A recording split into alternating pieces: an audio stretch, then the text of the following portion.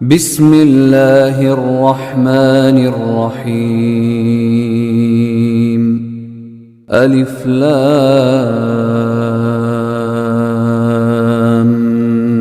ميم. تنزيل الكتاب لا ريب فيه من رب العالمين. أم يقولون افتراه بل هو الحق من ربك لتنذر قوما ما أتاهم من نذير من قبلك لعلهم يهتدون. الله الذي خلق السماوات والأرض وما بينهما في 6 أيام ثم استوى على العرش. ما لكم من دونه من ولي ولا شفيع أفلا تتذكرون. يدبر الأمر من السماء إلى الأرض ثم يعرج إليه في يوم كان مقداره 1000 سنة مما تعدون. ذلك عالم الغيب والشهادة العزيز الرحيم. الذي أحسن كل شيء خلقه وبدأ خلق الإنسان من طين ثم جعل نسله من سلالة من ماء مهين ثم سواه ونفخ فيه من روحه وجعل لكم السمع والأبصار والأفئدة قليلا ما تشكرون. وقالوا أإذا ضللنا في الأرض أإنا لفي خلق جديد بل هم بلقاء ربهم كافرون. قل يتوفاكم ملك الموت الذي وكل بكم ثم إلى ربكم ترجعون. ولو ترى إذ المجرمون ناكسوا رؤوسهم عند ربهم ربنا أبصرنا وسمعنا فارجعنا نعمل صالحا إنا موقنون.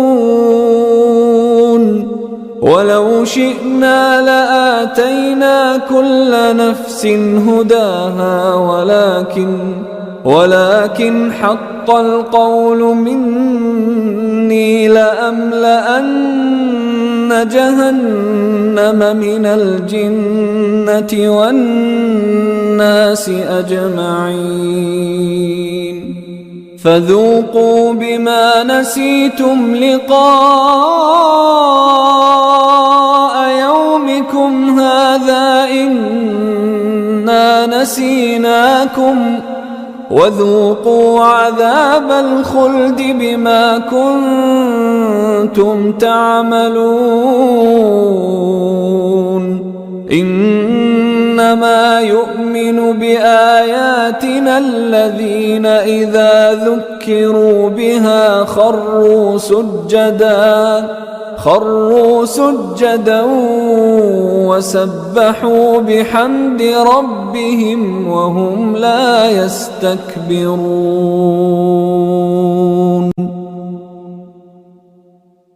تتجافى جنوبهم عن المضاجع يدعون ربهم خوفا وطمعا ومما رزقناهم ينفقون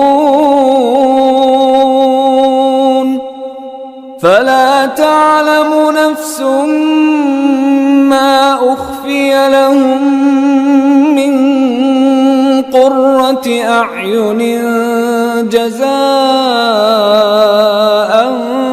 بما كانوا يعملون أفمن كان مؤمنا كمن كان فاسقا لا يستوون أما الذين آمنوا وعملوا الصالحات فلهم جنات المأوى نزلا بما كانوا يعملون وأما الذين فسقوا فمأواهم النار كلما أرادوا أن يخرجوا منها أعيدوا فيها وقيل لهم ذوقوا عذاب النار الذي كنتم به تكذبون ولنذيقنهم من العذاب الأدنى دون العذاب الأكبر لعلهم يرجعون